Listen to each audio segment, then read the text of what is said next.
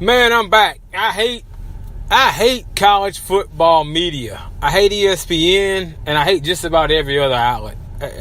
What they try to feed us into making us believe, and I don't know if it's a marketing thing or it's an interest level thing, or they just wrong all the fucking time.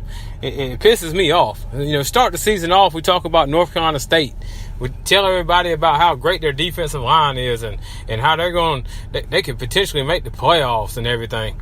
They're terrible. They're a 7-6 team last year. They're a 7-6 team this year. They're not playing for a playoff. They'll be lucky to be 500, and they're average. UCLA, another team, comes back from a 34-point deficit. You tell us how good they are against Texas A&M, and Josh Rosen's a Heisman Trophy candidate, and they lose to Memphis. Get out of here. They're not a contender. They're not even close. Another team, Auburn. Auburn's got a great defense. Add Jared Stidham and Gus Malzahn, and they're going to be a contender in the SEC West. They scored 6 points against Clemson. Don't get me wrong, Clemson's solid, but they got no semblance of an offense. Their defense is okay. They're average. They're a 7-8 win team as well. Go down the line. South Carolina beats North Carolina State, who's average, beats Missouri, who got drummed by Purdue, and you going to tell me South Carolina has a chance to win the East. Jake Bentley's a Heisman Trophy candidate, dark horse guy. They lose to Kentucky. They're terrible. They're average at best. 6-7 wins. 8 on a good day. Same with Vanderbilt. Vanderbilt beats a Kansas State team that's an average football team. A 7-8 win, football team with a mummy as a coach. Dude who's been coaching for 120 years. They win 14-7, and a guy like Dan Walken comes out and says, wow, the line against Alabama is 19. I don't know if Alabama can score 19 on this Vanderbilt defense. What? The Vanderbilt defense, yeah, they're good for a 7-5 team. They're not stopping any major competitor, holding them under 20 points. Are you nuts? And their offense is terrible. You can tell me all you want about this quarterback they got, Kyle Shermer or whatever. He's going to get a wake-up call come Saturday. He may not finish the game. It's ridiculous. Now, we're looking at Mississippi State. They beat LSU. Now, Mississippi State's everybody's Cinderella story. Guess what? They're average too. LSU is average too. LSU is the team that, every year loses 3 games. Yeah, they got the best defensive tackles in the country, and they got a running back and a wide receiver and a first-round safety and a corner. They're still terrible. Their coach is terrible, and they're just average, The same thing with, Louisville. We try to put these teams, I think they hype these teams kind of like the MMA, UFC does.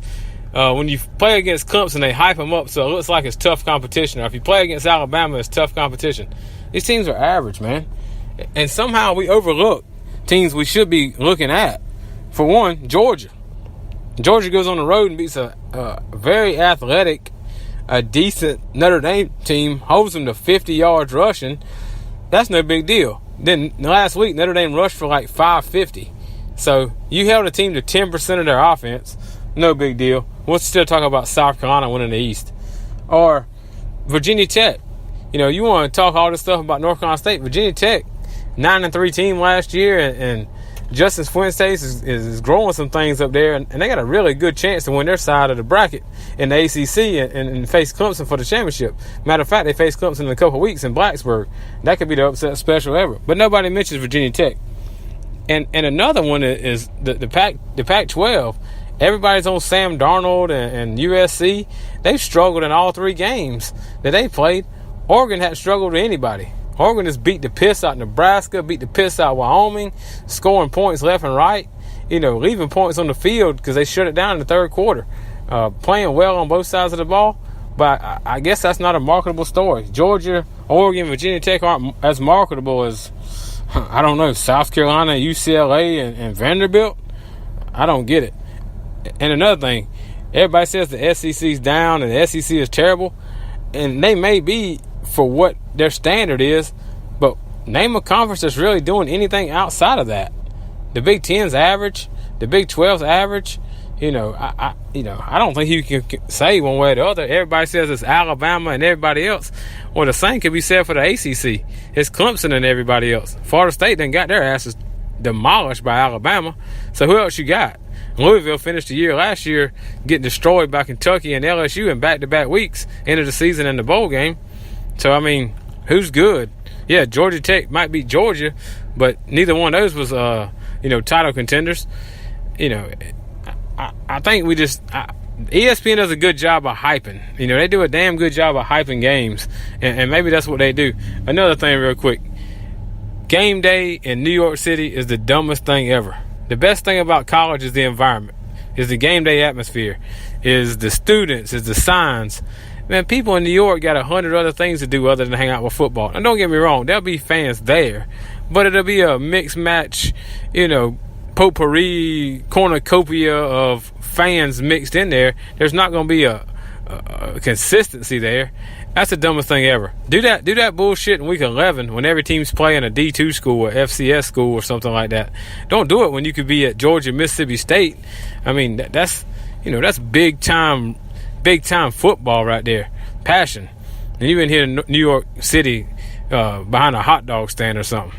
ESPN, man, I don't get it. ESPN and Fox Sports or any of the rest, but especially ESPN, they push a weird narrative, man, and get people off their rockers thinking rationally. So, anyway, after this week, you're going to see that Georgia was the team that everybody should have been talking about.